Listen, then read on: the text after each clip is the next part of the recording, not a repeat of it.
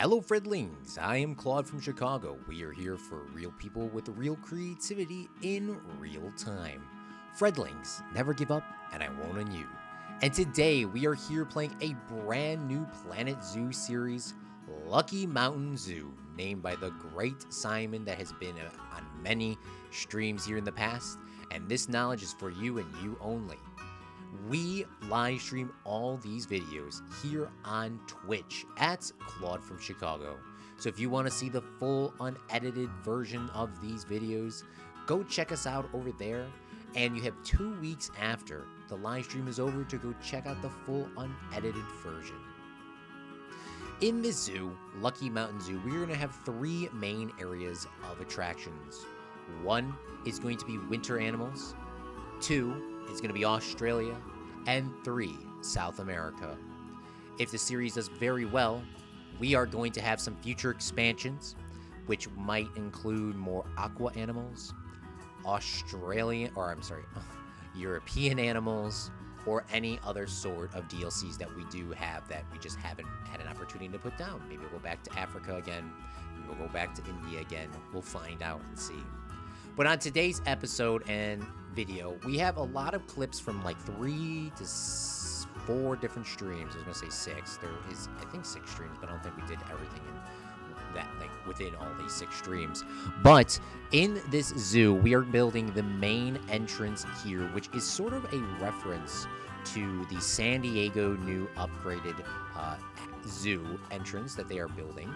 So we are, even though that this park and this zoo is built in Central America, I believe, or even South America, we are pretending that this is actually inside of San Diego in Cali.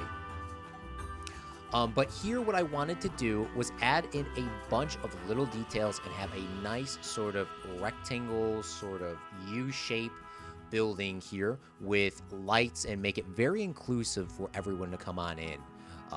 This is the vibe that they're going for, and eventually there's going to be a plaza right outside the back of this, so it's going to sort of swerve in and out so that the guests can come visit, get an immersive experience before they even walk into the zoo. So that's what we're trying to do here. But we are going to build our first set of animals today, which are going to be the Galapagos Tortoises and the Albra Tortoises. Their habitats, even though it's not probably one of the world's most exciting animals, these are something you would see at the beginning of all zoos, and that is the reason for that is because these animals are very low maintenance, they're not super highly seen, and they're not going to clog up the main runway for guests. And then the main area for this park is going to be the winter animals all the way in the back at the end of the long path alley. And in there, we're going to have penguins. We're going to have the king penguin, which is going to be in our next video. And then we're going to have some future expansions like the Himalayan brown bear, which will be added is an expansion. So a little bit of a spoiler coming your way, but some stuff to look forward to. So for the Galapagos Tortoise, this is found, I believe, in South America and the Galapagos Islands, and we're using the South American pieces here to incorporate some details, and I think these are South American pieces. But what we want to do is every build that we use glass with is we want to add in some nice solid stonework. You would see that at all zoos. Very nice and classy, even though it looks a little bit ruined. We want to add those little pieces in there to cover up the window frames, because the base window frames are okay, but we want to add it in those details to make our zoos stand out from other content creators, as well as make our zoos very inclusive for our guests.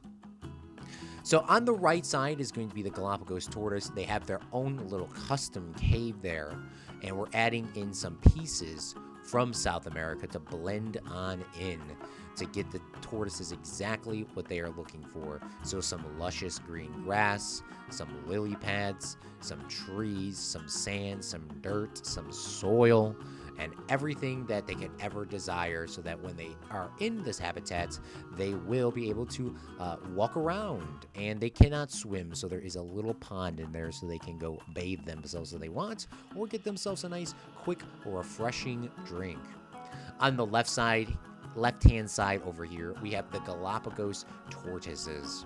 The Galapagos Tortoises, or sorry, the Albra Tortoises, take that back, on a different part of South America, I believe, and they are going to have sort of the same sort of biome, same sort of habitat, even though they're not in the same area. And the reason for this is because we want these to match. Very sort of low budget animal, like I said. You don't have to do a lot of upgrades with them. Doing the same sort of underground hiding and facility work so that they can sort of hide away. We don't want any of these animals to get too overstressed in this park, so having some underhangs for them and incorporating some of the build into the other habitats will let them have their little bit of rest that they must really need after a very long day. We come in here with some vines. Come through here with some vines to give that rock a little bit of detail instead of being that same color. We could have incorporated a bunch of different rocks, but just coming in there with some little details of vines and putting in some educational signs will make the guests have a really fun time while looking at these zoo. We come through with a quick lighting pass with the New World lamps, and we decide to put the educational signs on them so that they're incorporated with the build. Then we come back out to the front of our park and we decide to do another lighting pass. We should do lighting as you build the buildings. For some reason in Planet Zoo, it's very issuey with the lighting and with the building. So I just sort of decided to say, screw it, we'll come back and do the lighting later. It was definitely worth it. We used some more up lights from the New World pack, and we decide to delete all of the cool little buildings we have inside here to make a custom little restaurant, which restaurants are very useful in Planet Zoo because guests can actually sit at a legitimate table and they can actually, they don't need to be linked to a path at all. So what we do is we remove the entrance of this and we're going to use seats on top of the inside of the building, outside the building, and so that this is a whole restaurant because we want the guests having a very inclusive experience. Plus, when the park closes and the zoo closes, they can come through here and they can eat without, going home right away.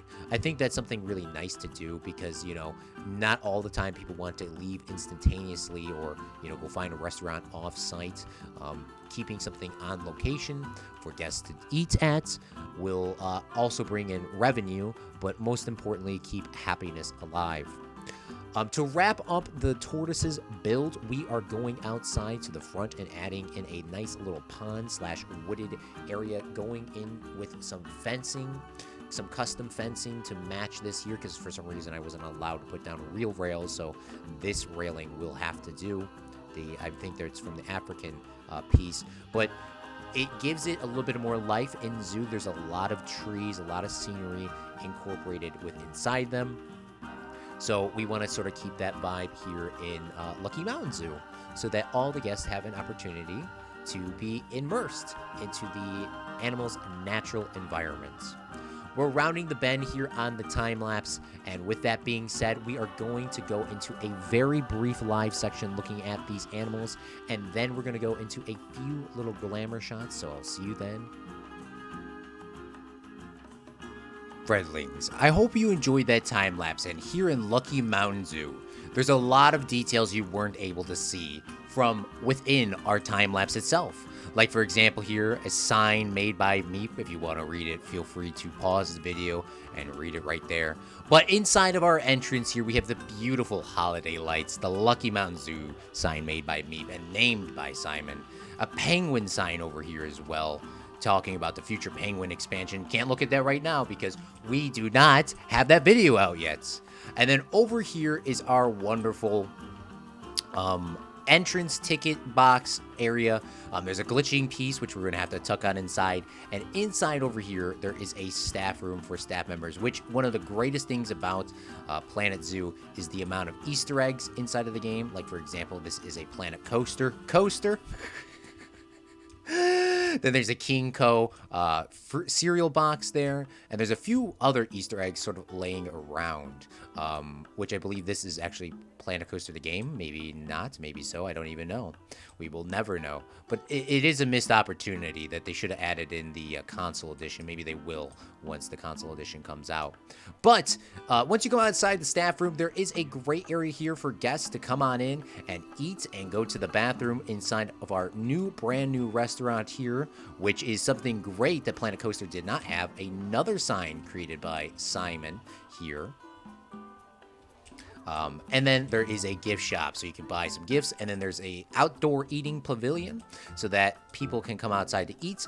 And then up here, it's kind of hard to see. It is a restaurant, so people could sit up at the top. This is how I wanted it to be originally and just thought about it in my head. But apparently it is actually a possibility to add in guests here, and they will just teleport to the tables. You just link them together, which is super nice. So if you ever have a Planet Zoo world, just go over here, link some tables to it. You can have 20 tables. There's not 20 tables here. 2 are actually inside, which this would be loaded with additional tables if it was a real restaurant.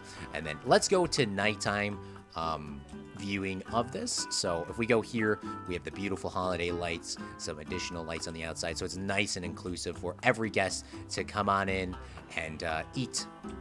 Without showing and spoiling the future episodes, we have ourselves a walking path out here for our guests to see the tortoises, the Galapagos Tortoise and the Alberta Tortoise on the left-hand side over here.